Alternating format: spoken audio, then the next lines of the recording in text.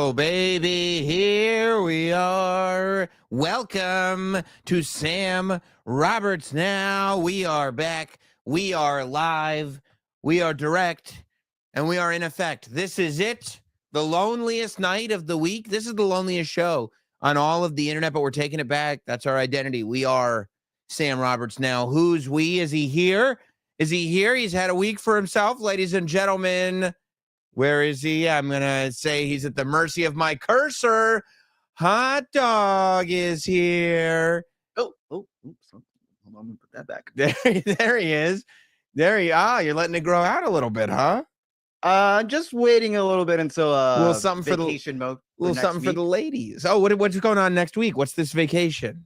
I'll be so lonely next week. I'll be going to Tulum. Tulum, California? Tulum, Mexico.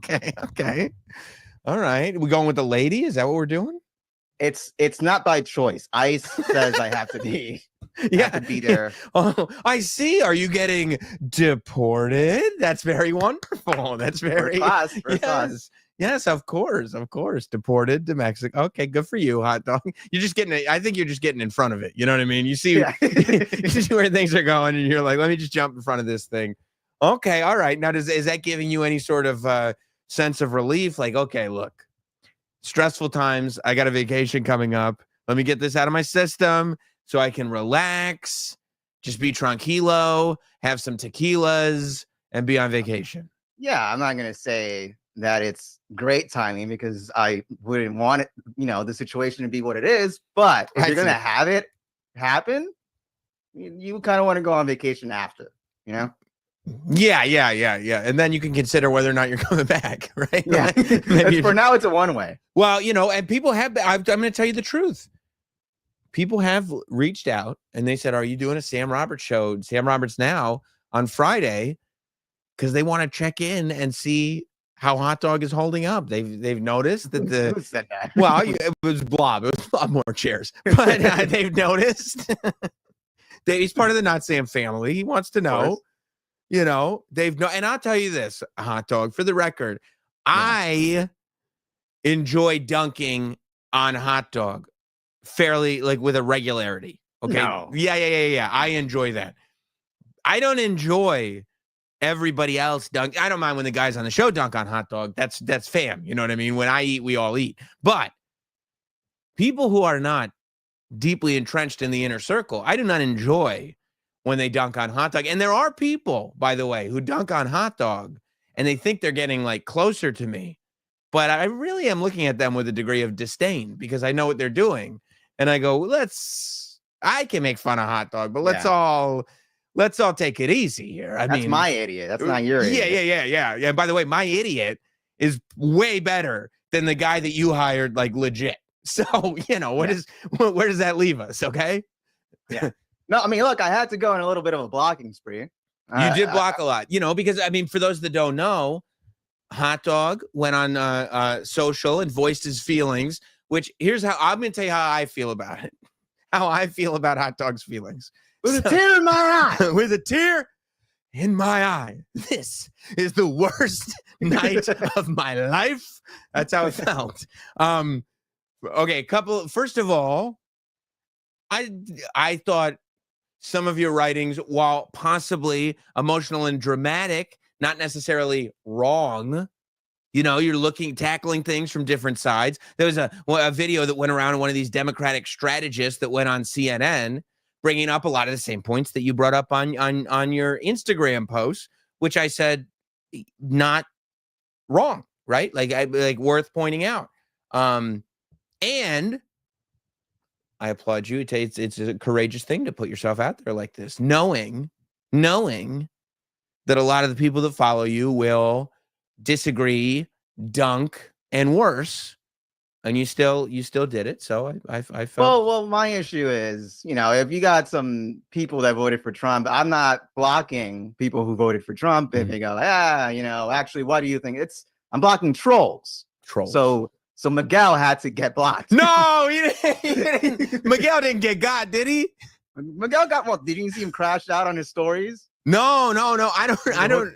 In his Is it the dank? I don't follow the dank memes page. He trolls too much. Miguel trolls too much. He doesn't know when it's like enough is enough. And sometimes I go like this: you troll everybody else, but I'm safe, right? And Miguel's like, nah, fam, no. I had people after I blocked him. I had people send me his stories, which was like 4 or 5 in a row about how I blocked him. I didn't see that. I didn't know you blocked poor Miguel. That's too bad. That's too bad. Because I'll have a conversation. Like if it's in good faith, I'll have a conversation. But if you're going to write something like "you're soft as ice cream," I am going to block you. Okay. I don't need that in my life. No. Do you feel soft as ice cream? Well, I feel like it's like you said. It's not. I wrote how I felt because I get to write how I feel on my page. You got emo. Not even. Well, a little emo. Like that's fine. I could. Yeah. It's fine. You're allowed. It's your page. You get a little emo. And a lot of trolls probably need to get a little more emo every now and then. Maybe get in touch with what's going on in here that's causing them to just have these outbursts towards people, right? Sure. But I'm just like, if you're MAGA, if you're a Trump supporter, I'll talk to you. Right. But if you're an asshole, you're getting.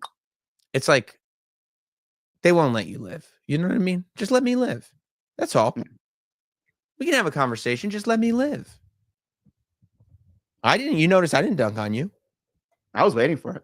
I knew you were. I was waiting for that. I said I can't. It's too sensitive right now. I'm gonna. And by the way, I think I deserve a little bit of credit for that because like they go, oh, this Sam, he's such a hole. He's such a D word. Listen, I read the room. I said, you know what? I get enough fun. I get enough shots in. Let me just let my little man's have his feelings right now. And I want you to know, I was waiting for you to text. Yeah, I know. I was waiting for you to text in that group chat with Travis. Oh my God, how cringy. I know. No, I was waiting for it. I know. And I gained, I respect you a lot already. But I gained another level of respect for your restraint. That's what I need. I need you to be my Jacob Fatu in this bloodline. You know what I mean? Like, I love you, Sam Roberts. That's what I need. I can't, and I don't want to be abusive of that. You know what I mean? I'm not. That's not me. But yeah, a lot of people reacted very emotionally. This one caught a lot of people by surprise. I was like, okay. Even me. I did not expect it. I did not expect election night to be a bloodbath. I think even the people who were like, regardless of who you voted for, I don't think anybody really expected the bloodbath that we saw. Most people, I think, that I spoke to at least shared the opinion that, yeah, we won't know until Wednesday, Thursday. It's gonna be really close. Yeah. I went to bed at 10:30 on election night, fully aware of what the results were. Like you could just feel the tide turning, right? Like 10:30, once Pennsylvania evened out, I went, oh, all right. I think I can. Once 80% of Pennsylvania was in, he's 300,000 votes. As when you kind of do like that, like, my side, when you kind of start doing the math, like the coping math, well, 300,000 behind, but Philly hasn't been counted for, and it's like, no, not this time. Yeah, the bubbles start coming up. You don't understand. This county is very blue and hasn't been counted yet, and it's like, well, the 30% we're still waiting for is all red counties. So, all right. How's Michigan looking? Ooh. What was different from 2016 in this regard was that I don't think, definitely it's not, I don't think Democrats are not coming out of this shocked like they were in 2016, because 2016 there was an air of like cockiness when it was Hillary versus Trump. Right. Like, oh, we got this in the bag. Right. This one, they were like, you guys were all like, maybe we can squeak by. Yes. Right? Yeah.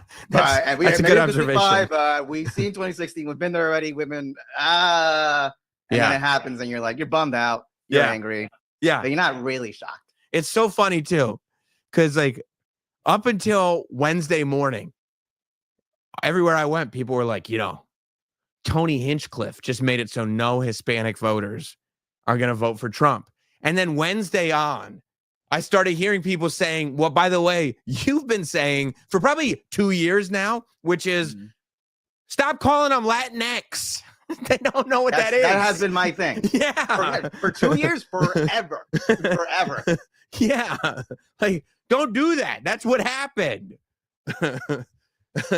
Yeah, it was a wild one. It doesn't, yeah, it seems there are a lot of people, though, it seems like, that are in shock. Like, because they believe in their core that if you don't agree with them, you're evil, and we can't live in a country with mainly evil people, therefore I'm right. And it's like, when the other side wins, you go, wait, I don't understand. Is everybody evil? And they're like, no, your premise was flawed from the beginning. You were looking like you weren't listening to anybody around you. You weren't talking to people. But the internet's done that too. The internet create algorithms. Everybody thinks that the internet brings everyone together and provides access to all the information in the world to everybody. And it was that at one point. But then these social media companies were like, oh, algorithms. So what's happened now with algorithms is that everybody who uses the internet is their own individual bubble, and they're just surrounded by stuff that agrees with them. And so when reality comes in and pierces that bubble, it's like everything you thought was normal is not. And like, I mean, I've had like back and forth with like a lot of conservative friends. And like they'll send me like, oh, we'll have like, even like this week after the whole thing, and I posted my whole, whatever on Instagram. Diatribe. Right. And then I have people like trying to like debate, like argue with me or whatever on my DMs. It's like, yeah, they'll send me like a link from their feed. And it was like, well, did you know that, this is why Kamala lost? And I go like, okay, you're sending me a bunch of things that I've seen, and I know that it's not real or it's fake news or misinformation, but I can't. What am I gonna do? Just fucking keep shooting down your algorithm? It's impossible to keep up with. That's right. That's right. Or like you hear people who are making arguments, but the argument, like you can hear the quote from the podcast episode that you listen to as well. Right. And so whether they're right or wrong, you're like, I heard Elon on Rogan as well. I know where this is coming from. Not to say that that's true or false, but to say like, you're not a scholar. We both listened to the same episode. We both got a D in high school. Yeah. You haven't become enlightened. It is interesting though, because that was one of the things, and I brought this up on Satisfying with Nicole Biggins as well, that when I was watching the coverage, it really did strike me that in the beginning of the night, everybody's talking about Tony Hinchcliffe, and they were going like, yeah, like Tony Hinchcliffe might have cost Trump the election. And I go, Tony Hinchcliffe, like, is Kill Tony powerful enough that it's now altering presidential elections? And then they realized they were wrong, that people were aware that the insult comedian was telling jokes, and this isn't a policy issue for people. Human beings have brains, that they're able to decipher all this stuff and not just get lost in the outrage of everything. But if Kamala did end up winning on Tuesday for a multitude of other reasons that had nothing to do with Tony Hinchcliffe, rest assured, Tony would have been the scapegoat. 100% he would have been the scapegoat. You did this. And by the way, if a president lost and they were like, we think Sam Roberts did this, everywhere I went, I go like, I did that. Yes, I did. Yes, that was me 100%. Tony was this close to being in the history books. That's what I'm saying. But then, so this is what was really fascinating. After they start doing the counts and they're like, oh, Trump is way up with Hispanic voters. Like, oh, wait, all that stuff we were just saying a minute ago, that's clearly not true. Then they started going like this. As it turns out, a lot of people listen to Joe Rogan. So you're like, wait. Tony Hinchcliffe, Kill Tony, almost cost Trump the election, but then Trump won in a landslide, and him winning is because of Joe Rogan. So either way, the podcasters are the ones that have all the power in the world. And you go, I mean, it's an easy scapegoat, win or loss, but also maybe true. I mean, there's a lot of headless chickens running around trying to figure out what happened. They don't know. That's one of the theories. And I'm not going to say it didn't play a part, but maybe not It wasn't the one thing like, oh, Trump went on Rogan and that's why he won. They're trying to justify, right? That's the cope, though. The cope is, well, I don't know, because I was sure it must be because Rogan, right? No, but it is worth mentioning. It is, and I think it's going to alter the way elections go down. I did just see, and I feel like now people are able to look at things with obviously a 2020 hindsight lens. There are more stories coming out about the Kamala Harris appearance on Call Her Daddy. Apparently, because you remember, like the story came out that the Harris campaign agreed to do Rogan, but said, you have to fly to us and we'll only do an hour. And Rogan was like, I do a podcast. What are you talking about? Like, I do my show in Austin. Come out to Austin and let's do the show or whatever. And I mean, and that's for Rogan. I think that's perfectly fair and completely justified, especially because that's what he had Trump do. They rebuilt. Did you know this? They rebuilt the Call Her Daddy set in a hotel room in Washington, D.C. when she did that podcast. Yeah. I had no idea. And they said, I think they did the same thing for Shannon Sharp. They rebuilt Club Shay Shay in DC? I think he flew out for that too. And then, I don't think it was a hotel room, but they built a set. Or, but from the article that I read, they said that the Harris campaign, paid for the set to be rebuilt. Like interesting. It wasn't like the podcaster did that. It was the Harris campaign going like, yeah, we'll build a set for you to do the thing. And it's like, oh, okay. But it really is, I don't know. Like, how does Call Her Daddy and Club Shay Shay feel that they're not getting any credit one way or the other? They didn't cost an election. They didn't win an election. They're just like not being talked about in this whole podcast conversation. Well, it's because she just dipped her toes ever so gently into the podcast world. It wasn't like a full-throated, endorsement of the podcast. Trump went in full-throated. Yeah. Yeah. It is. I wonder. You think the Harris campaign would have rebuilt my basement in DC somewhere?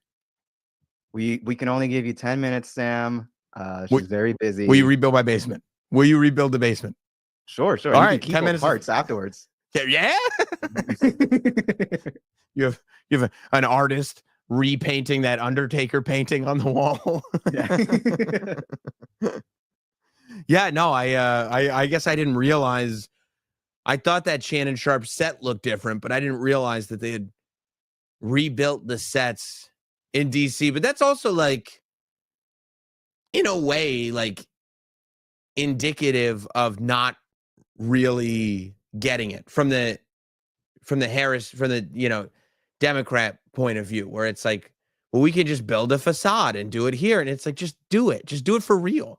Just go to where they are, do it by their standards, just do a normal podcast with them like a normal person. It's not that hard.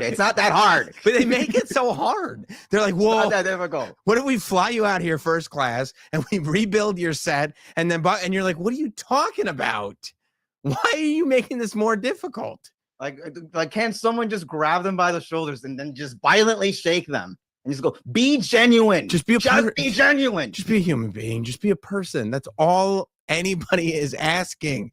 People want real people.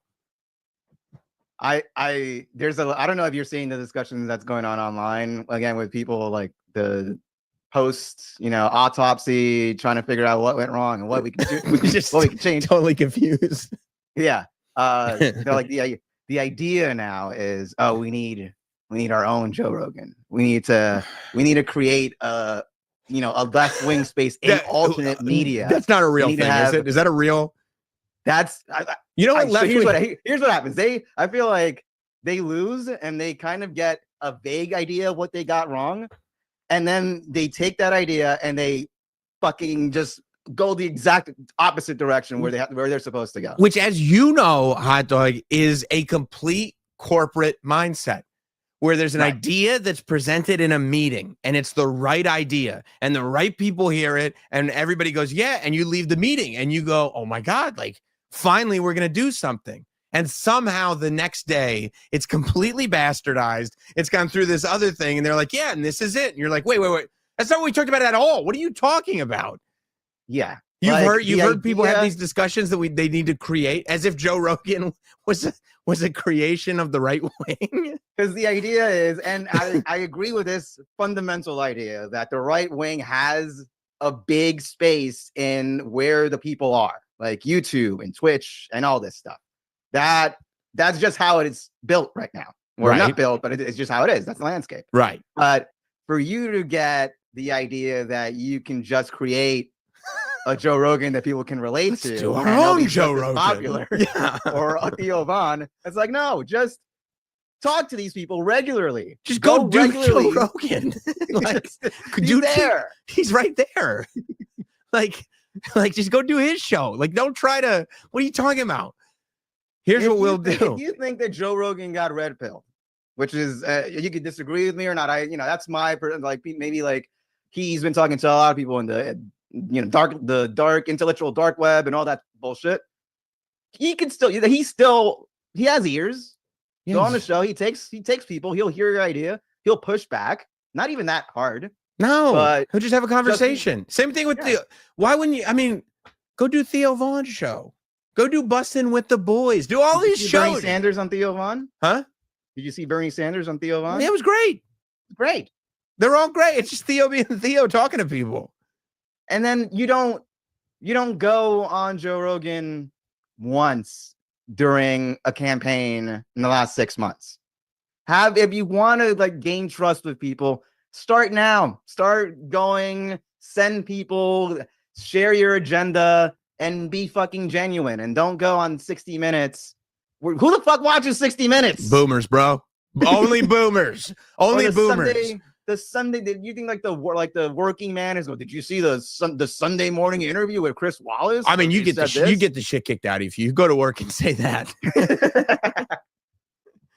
I mean, and in late night shows, a lot of the late night shows are in that same boat. Yeah, you don't eliminate them. They're still a function. Of course, out of it. Of course, and they're friendly.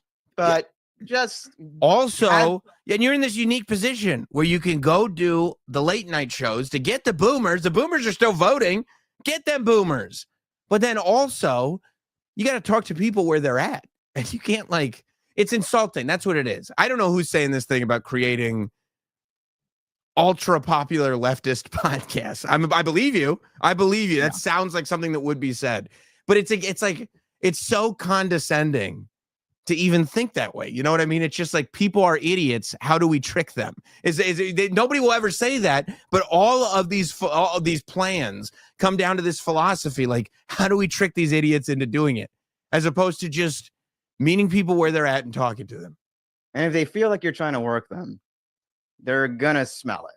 So I saw one, God bless her. I know her, and she goes to the White House, and she's like, she's like an operative, I guess. The DNC, but an operative decided after the election, I'm gonna open up a YouTube page because we need to reach. We need to open. And I was like, okay, well, that's a good reason.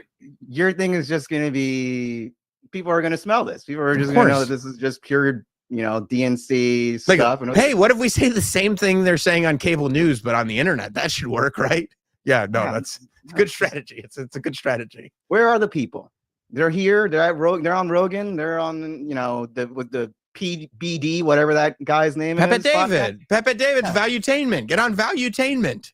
All right, so let's get on that. Get on that. And you know what? Get in the basement. Get in a Notsam studio, bro. Yeah, it might get heated. Some people might think we're assholes, but let's do 3 hours and be genuine, and then they can decide. And let's have this be reoccurring and regularly to the point where now at least we feel like they're not just hearing one side. You love a team, huh? What do you mean? You kept saying we, like you're part of. I'm talking about them. I'm talking in. You said voice. Oh, so you're saying you're acting as if you are them. Yes. I see. It just sounded like you were like you were trying to be the team coach. I'm role playing a smart, strategist, which they are lacking. All right. Yeah. It's a wild thing. People got to figure it out, though. I'll tell you what, Gavin Newsom on Joe Rogan would be lit. He's getting some play right now. Yeah. Another funny thing is people were saying we need our Trump, and Gavin Newsom is our Trump. We need our you don't just are people really saying that? Well, we need our like it's so condescending. Well, just get a good candidate that can talk to people like a normal human. They said we need a psychopath on our side. God. That's Gavin Newsom. They call him Gruesome Newsom. Is that true? Yeah. But that's the problem too. They all think we need a psychopath. I'll see it. But the rest of them we can trick because I'm smarter than everybody else. Oh, okay, good. Glad you figured that out. But Newsom is, Newsom is not a bad first starting choice. Because I have seen some of his debates. He's a good debater, and he kind of feels a little bit more genuine than Kamala and Clinton and Biden. Hillary Clinton, Bill Clinton, still good. No, Bill, come on. Bill Clinton, that's the guy right there. The only thing he only lied about one thing, and that's it. And I understand. And by the way, who around us hasn't? Yeah. You know what I'm saying? By the way, I think he lied about a lot, but that's, sure. But on the record, you know what I mean. He lied about one. That's the one he got caught on. That's the only one he got caught on. It's not a lie if you don't get caught. No, that's right.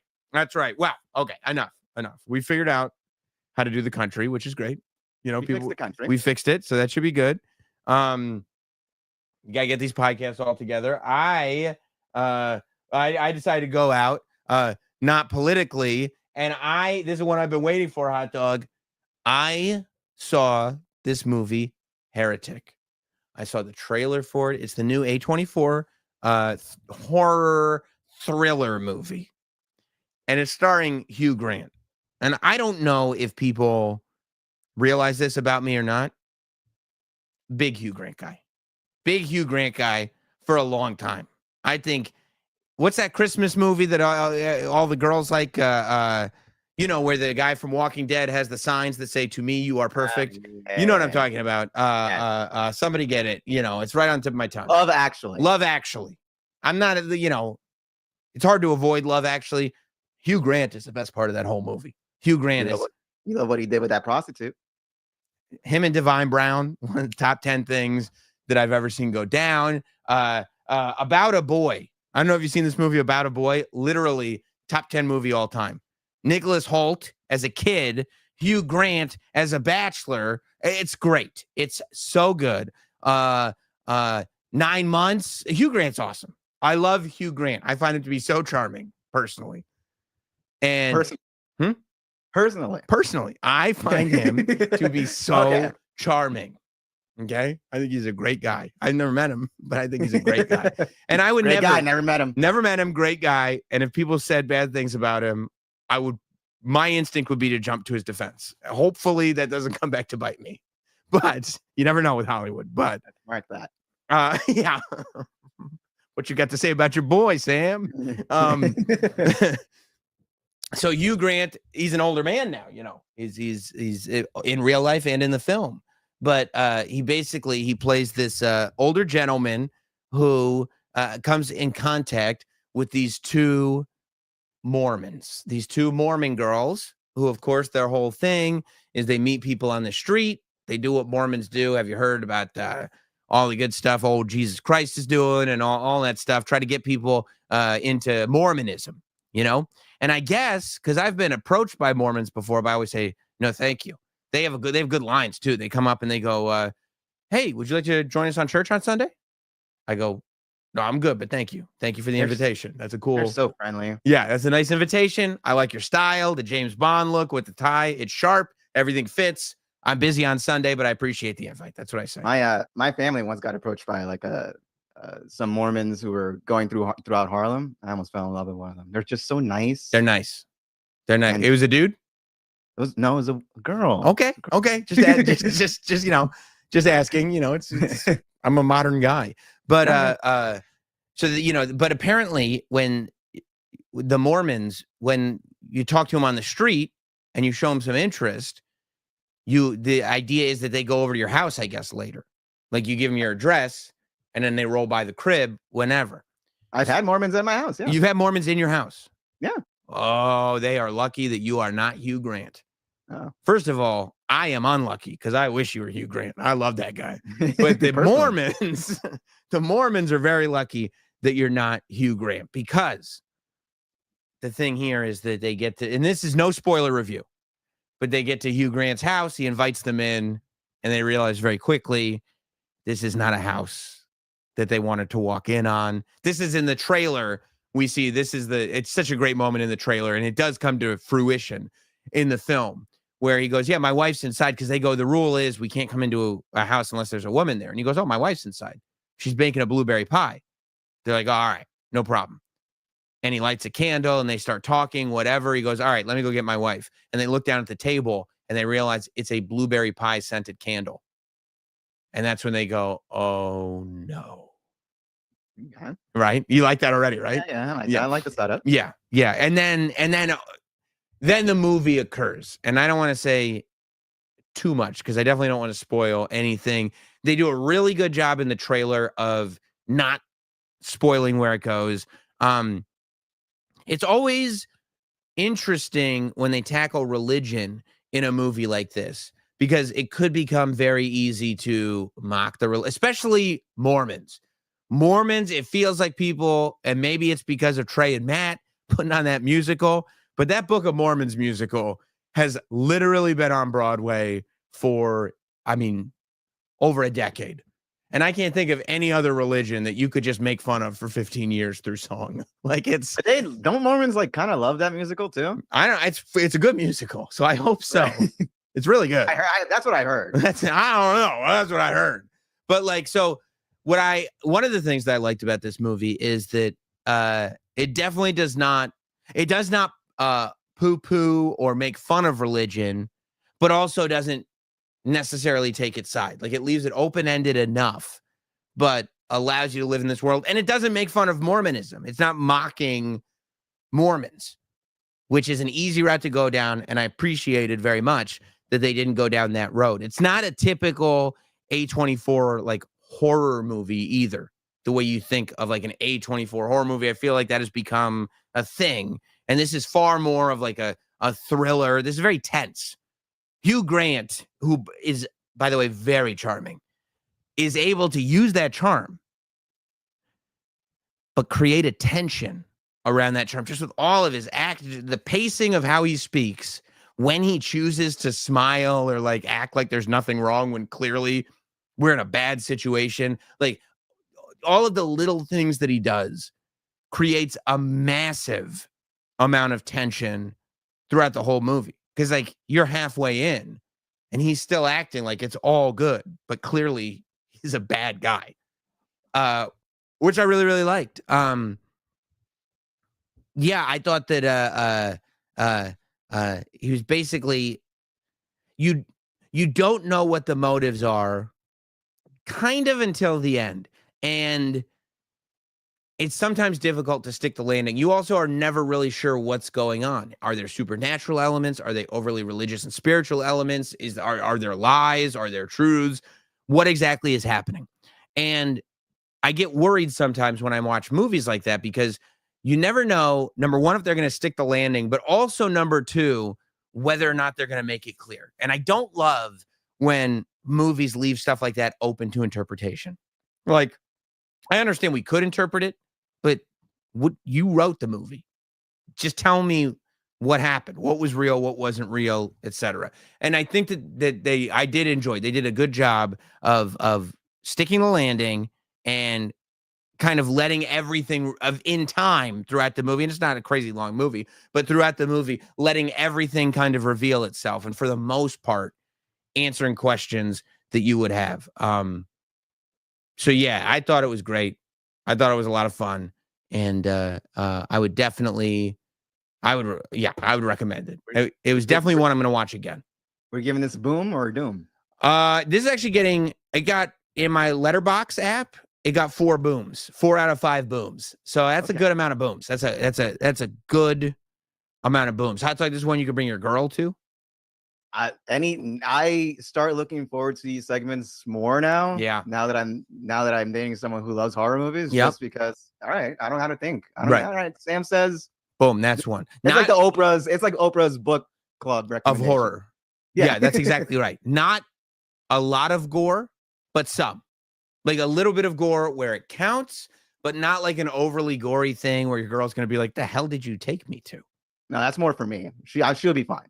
The Sorry. gore, I'm worried about the gore. You for will me. only have to cover your eyes once or twice. That's it. Okay. That's it. I'll And- tell her, can you just tell me when the scary part is over? That's right. That's right. That's right. And it will provoke conversation afterwards, I think, which, sometimes can be good. Sometimes is very annoying, but because, Trapped did spark conversations at the end of the movie. So it's not necessarily a good thing. Trapped. Whose idea was it to come and watch this? Yeah. Did they ever think of calling the movie Trash instead of Trap? That would have been one. And here's the number one conversation after the movie Trap. It was his daughter? Ah. Well, that kind of makes sense. Yeah, of course it was. Yeah, Hugh Grant's daughter's not in this movie as far as I know. Oh, thank God. So that's huge too. Yeah, I thought it was I thought it was a well done sort of very, very tense, edge of your seat movie. And I do also think that this is going to be one of the girls in it is the girl, I don't remember the actress's name, but she was on what's that cannibal? Yellow Jackets. The Yellow Jacket show that's really, really good. She plays the young Juliette Lewis. And she's she's in everything. I feel like half the trailers that I watched before Heretic came on, she was in them. So she's having a moment right now and she's great. But I feel like this is going to be like a renaissance. Like old man Hugh Grant is going to have a whole second run now.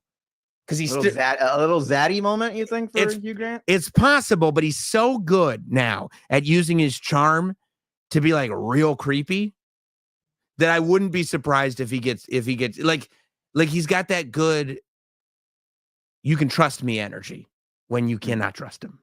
You know what I mean? Like that, like, and maybe you can. Right. Because he makes faces like, and it's like, oh, okay. He's goofing around. He goes, As someone who loves him personally, would you trust him? Yeah, he would never hurt me. If you went into his, he would never hurt me. Yeah. It left me because Hugh Grant's character studies all religions. Like he's very, that's his thing. He knows all about all the religions and has studied it and has all these books and everything. And it did make me want to read about and study and become an expert in all religions. Except they would have to figure out a way that I could do that in if you told me I could get it done over the weekend, I would do it in a heartbeat. But a Friday night. Yeah, but I feel like he had all these books. It's like a whole thing. That's what I do sometimes. I go yeah, I'd like to become an expert in that. And I kind of start, but then I remember how long it took me to become an expert just in like wrestling. I go, okay, never mind. I'm not meant for it. No, I mean, it was an entire lifetime, and you're still learning as it goes on. Still learning, blossoming, developing. Yeah, see, Pig says it. That's how Hugh Grant gets you. You think he's not going to hurt me. He might hurt them. He's got, but because he'll hurt someone. No spoilers. He'll hurt someone and then look at you and go like, I had to, right? And you're like, I mean, yeah, because you wouldn't do it otherwise. You could tell. Like the way you're talking, your sardonic wit. I wouldn't do that to you. Right. Yeah. And we can have a deeper conversation about Heretic once everybody's gotten the time to see it. But yeah, it's good. And it's and as much as there are elements that you get to a point where you're like as you know from what I said, if you watch the show. And you know what I said about Longlegs, I don't love the supernatural elements, especially when they're not introduced from the very beginning. Don't sneak it up on us. Because then I go like, oh, okay. All right. You just decided not to think of logic here. You just said anything counts. Right. That's honestly why that show Lost. Everybody was like, you got to watch Lost. You got to watch Lost. Episode 1, a polar bear is running through the jungle. And I go, okay, so just magical land where anything can happen. Click next. No, not for me. Right. Not for me. I don't like that. You could watch a zombie movie if there are rules set in place. Right. Plain pseudoscience. Okay, this is the science that we're following. And by the way, basically when I dropped out of Walking Dead was when it became clear, like, we're never going to tell you how the zombies came. That's never happening. I was like, well, then I'm done. Did you know at the end of Walking Dead or whatever the new shows are going on now, they can talk, I think. And they can run and they can open doors. The zombies can open doors. Like, they have the dexterity to turn a... Yes. Ridiculous. I mean, what are we doing? What are we doing? That's just, I mean, again, that's just writing yourself out of, that's you've written yourself into a hole. And now you're like, but I turned around and there was a ladder behind me. You're like, oh, all right. The zombies have evolved over the years. Oh, cool. Cool. Well, then how about just leave them alone and then eventually they'll just become people again? You know? So yeah, I recommend it. It's a reco. Reco. Heretic. Very, very good. Get it to the theaters. Watch this thing. I don't know if it'll be a reco or not. Who knows? We'll wait and see. But I'm thinking it may be time for a Squid Game rewatch because they dropped the trailer this week, the full length trailer for Squid Game 2. So we're getting Squid Game 2 on the 26th of December. So that's going to be our Christmas break watch. And then Squid Game 3, they're going to do next year. So 2025, we're already getting the third season of Squid Game. Yeah, the creator. I didn't know that was announced. Yes, the creator. Basically, I think they may have shot them back to back, and they're just finishing Squid Game 3 now.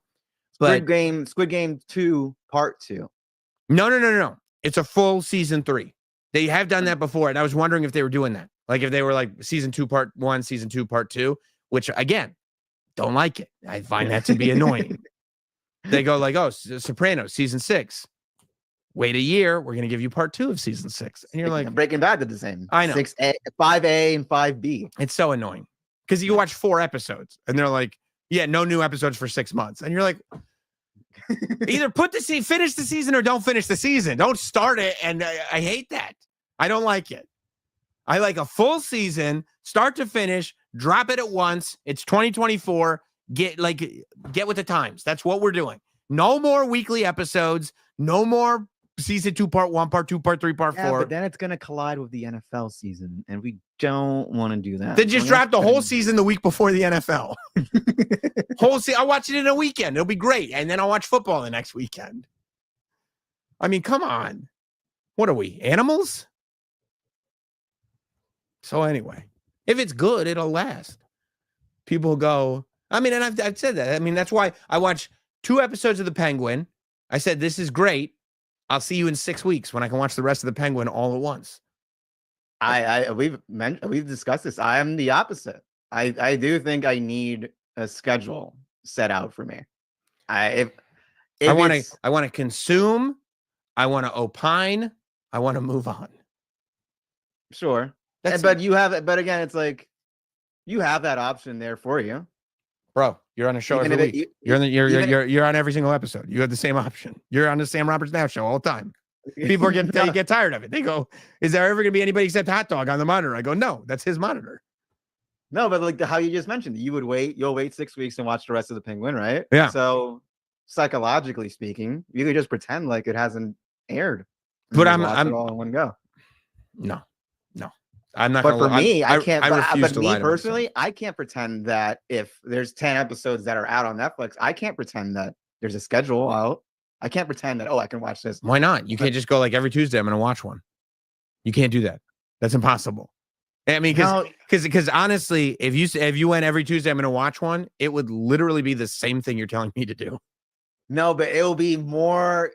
I'm thinking of like the spoiler culture now, where you're thinking when the gals get around the water cooler. Well, the guys, whichever. Oh, okay, whatever. But like, I'm not judging. The one thing you're missing when you do it your way is that there's a lack of discussion.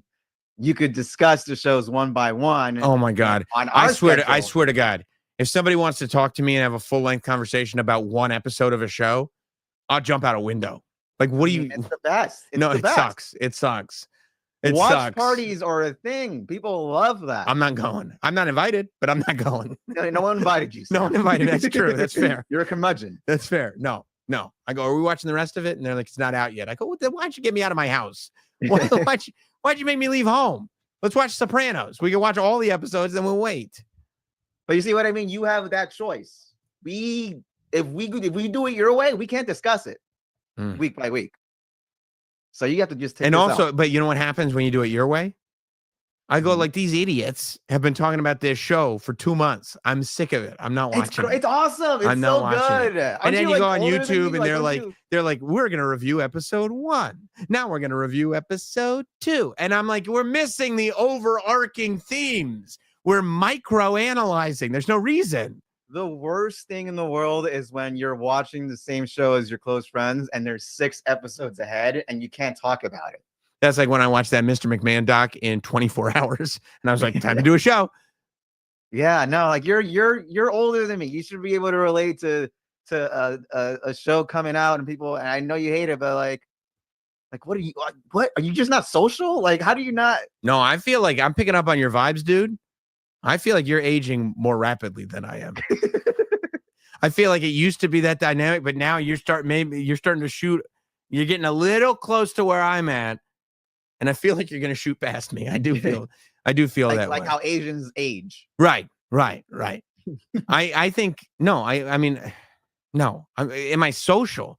Yes. I mean, I talk to, like, I'm not going to sit there and talk about every single Wednesday. I'm going to talk to Travis about, like, oh, did you see this week's episode? Like, that's what me and Travis did with Better Call Saul. Oh, yeah. I did. And you know what happened with Better Call Saul? What? I never even finished it. I never finished that show. That's on you. That's not on us. Well, that's not on Better Call Saul. I know. Oh, yeah. Yes, it is, because I never finished it. That's why they never got an Emmy nomination or anything. You vote on the Emmys? Yeah. Oh. I mean, I could just tell you yes, and you know, what are you going to check? I wouldn't know. Yeah, that's true. Yeah. No, I never finished that show. And then, you know how I got into it?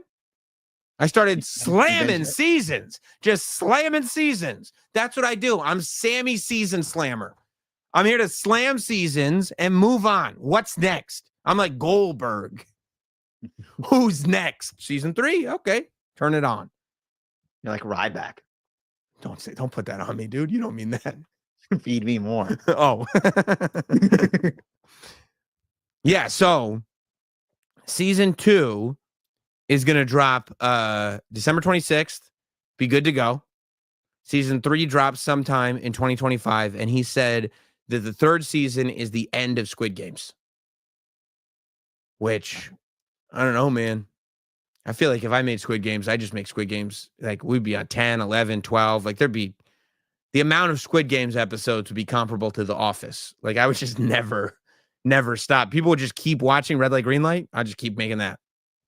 I mean, you got to change it up. But this is one of those things where, like, if you're following the same character, 2 is pushing it. So if First of all, you are a documented hater. Yeah. When it comes to Squid Games, you're a full-on hater, and it's probably because your friends watched it before you, and then you got salty because everybody was done talking about. Nobody wants to talk about episode 1. We finished the first episode. They were like, we watched the whole season. What are you talking about? Episode 1. They didn't watch shit before me.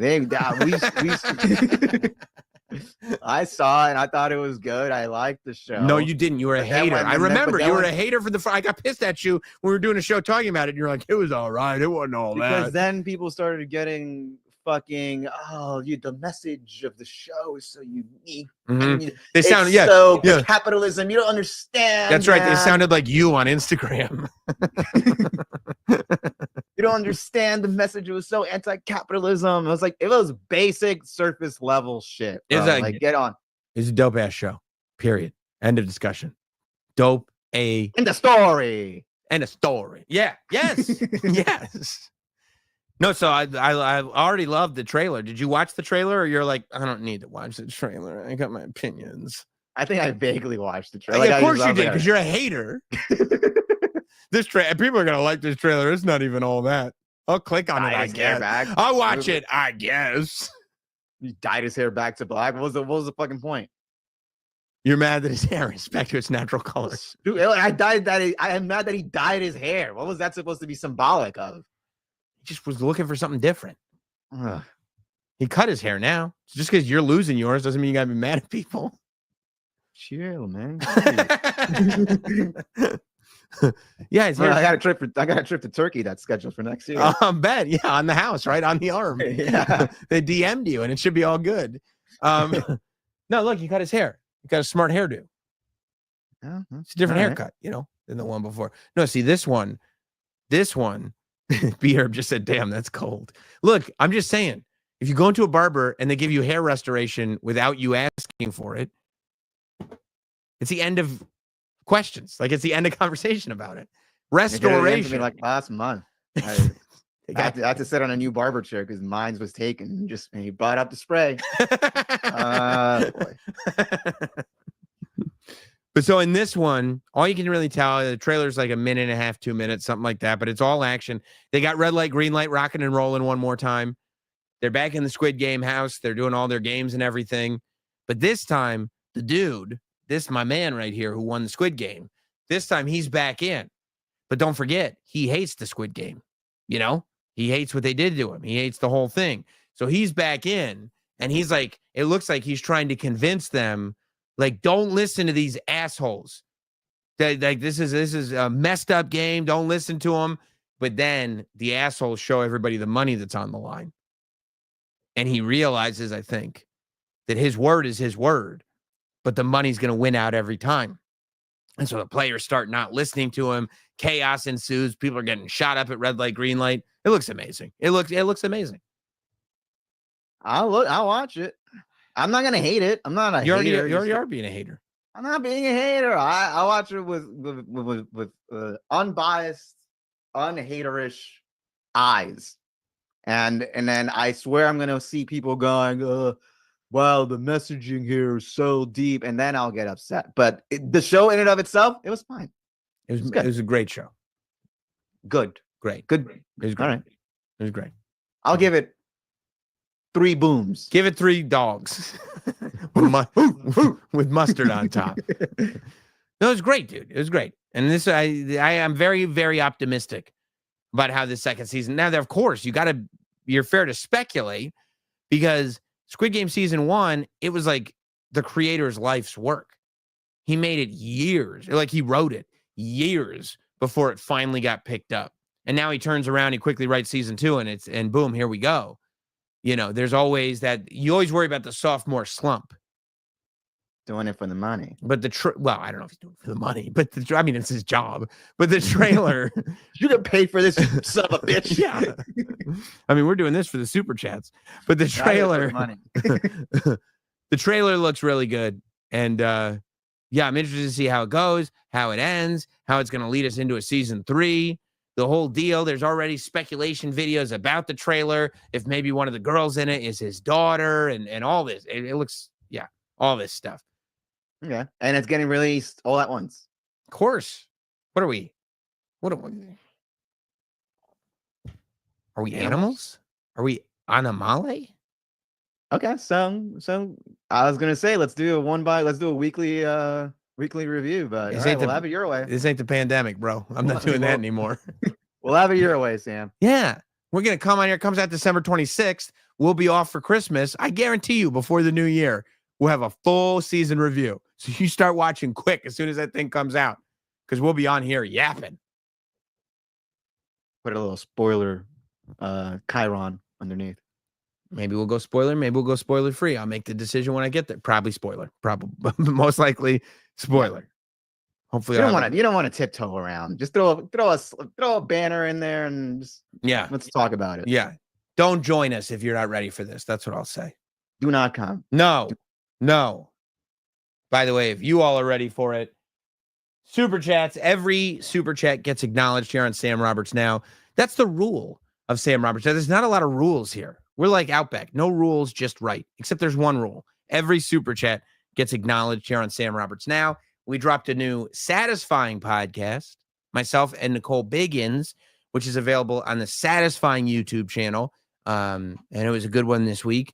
Notsam Wrestling, of course, goes up every Monday on the Notsam Wrestling YouTube channel. And if you go over to the Busted Open YouTube channel page, I hosted Busted Open this morning with old Dave LaGreca, and they posted a video from our conversation on there too. So, yeah, check it all out. It's all good stuff. Let's get to these super chats. Six Crow, our Canadian financier, much like Mr. Jeffrey Epstein, says, Sam, have you ever watched Prison Break? You'd love it. It has prison stories and DB Cooper. Give it a chance. I mean, that sounds like something I would like. I like DB Cooper related stuff.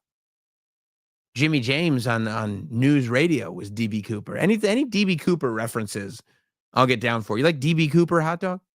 Not too familiar. I know the sketch, but I don't know the sketch. Oh, yeah.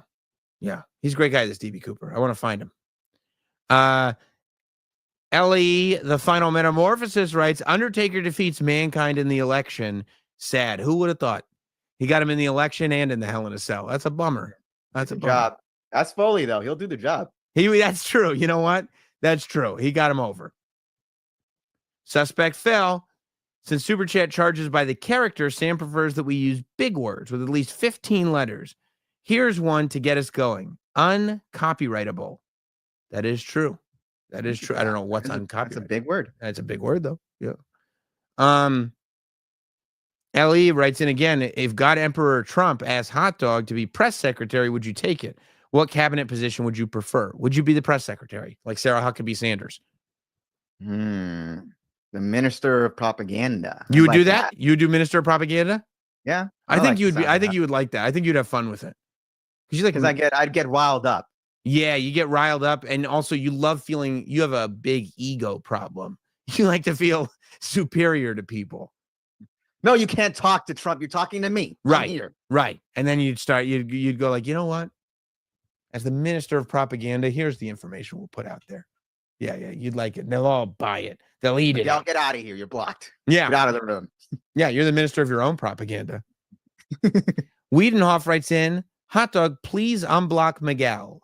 And he says, MAGA Trump 2024, love you. Maybe you want to get on MAGA's side if they're winning.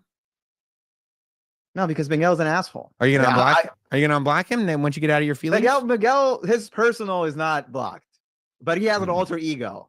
He has an alter ego, and I don't like the alter ego. Personal account is where we can actually have a conversation, but his troll account is still blocked. No, we're blocking the troll account. Okay. All right. B Herb writes in, election scapegoat F Mary Kill for Hot Dog. Tony Hinchcliffe, Peanut the Squirrel, a Pennsylvania Amish farmer. They did say the Amish came out and voted in record numbers, and there are some that speculate that the Biden administration killed Peanut the Squirrel, and that's what got Trump the victory. So F Mary Kill Hot Dog, Tony Hinchcliffe, Peanut the Squirrel, a Pennsylvania Amish farmer. You know what Peanut the Squirrel is, right? Yeah, rest in peace. Okay. Well, since you know that, have you ever met a Pennsylvania Amish farmer? I don't think I've ever met an Amish person. Oh, well, then that doesn't seem fair. So if it's okay with B Herb, I'm not gonna have a Pennsylvania Amish farmer in this F Mary Kill.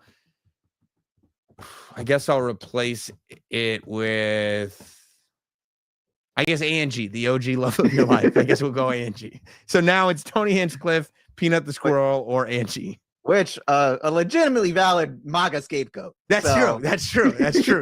I heard she voted 3 or 4 times. Right. Yeah. That's gotta be tough. We're gonna marry the squirrel. That's really nice. Rest in peace, Peanut. Rest in peace. We're thinking about you. And he's up there with Harambe right now. That's right. And Harambe's saying no, it's better up here. But also you marry Peanut the Squirrel. Peanut the Squirrel's dead. You get that Peanut the Squirrel money. Yeah, you got them nuts. Yeah. Oh yeah, you do. Yeah, you put them away for the winter. We're going to fuck Tony Hinchcliffe. Oh wow, why is that? I mean, handsome guy.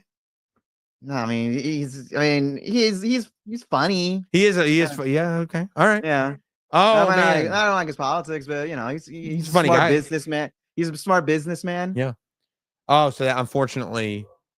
Oh, I didn't even think about the last. Yeah, what was so the last one? Angie was the last one. Man. Well, it is what it is, I guess. I'm sorry, dude. Angie, I'm sorry. Lord Zod says, Sam, you should make your own low-budget horror movie with hot dog. You want to do that? What would the scenario be? I don't know, but I'm just saying you got the gear. We might as well, right? Yeah. You know? Oh, I thought you meant like I'm the victim in the horror movie. Oh, I like that idea. That like I was thinking you could be director of photography, and also you wouldn't be the final girl, but you'd be like the Drew Barrymore in the beginning of Scream. On the final dog. Yeah, the final dog. Eliago, as a professional podcaster who always has his finger on the pulse, how is it that you're not fully MAGA yet? Well, I'm not I'm not an overly political person. It's very difficult for me to be running around joining teams. I think that's. He's getting there though. Give him some time.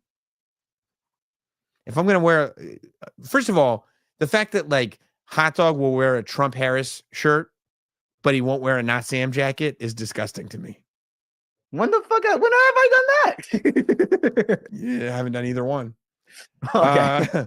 Lou, I'm going to review this episode with the gals tomorrow. That's okay.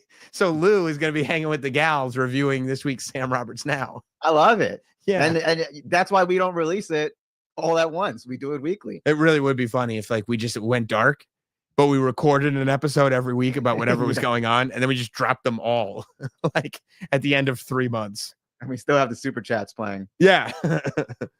All right, suspect Phil. A 15-letter word uncopyrightable means you're not able or allowed to be protected by copyright.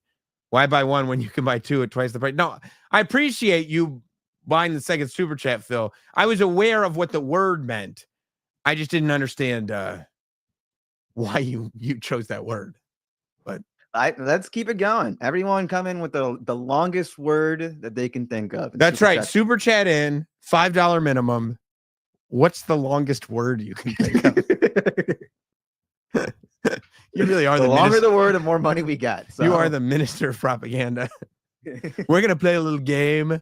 Just write a word and I'll say it. $5 each. All right, guys. Listen, appreciate you all hanging out. Appreciate you guys rolling with us. Sorry we can't do these every single week without break, but there's a lot going on right now. There's always a lot going on right now, but there's always time to be lonely. Appreciate it. We'll see you all soon. You got 5 styluses, so you might as well use them. I'm going to cheers with you later.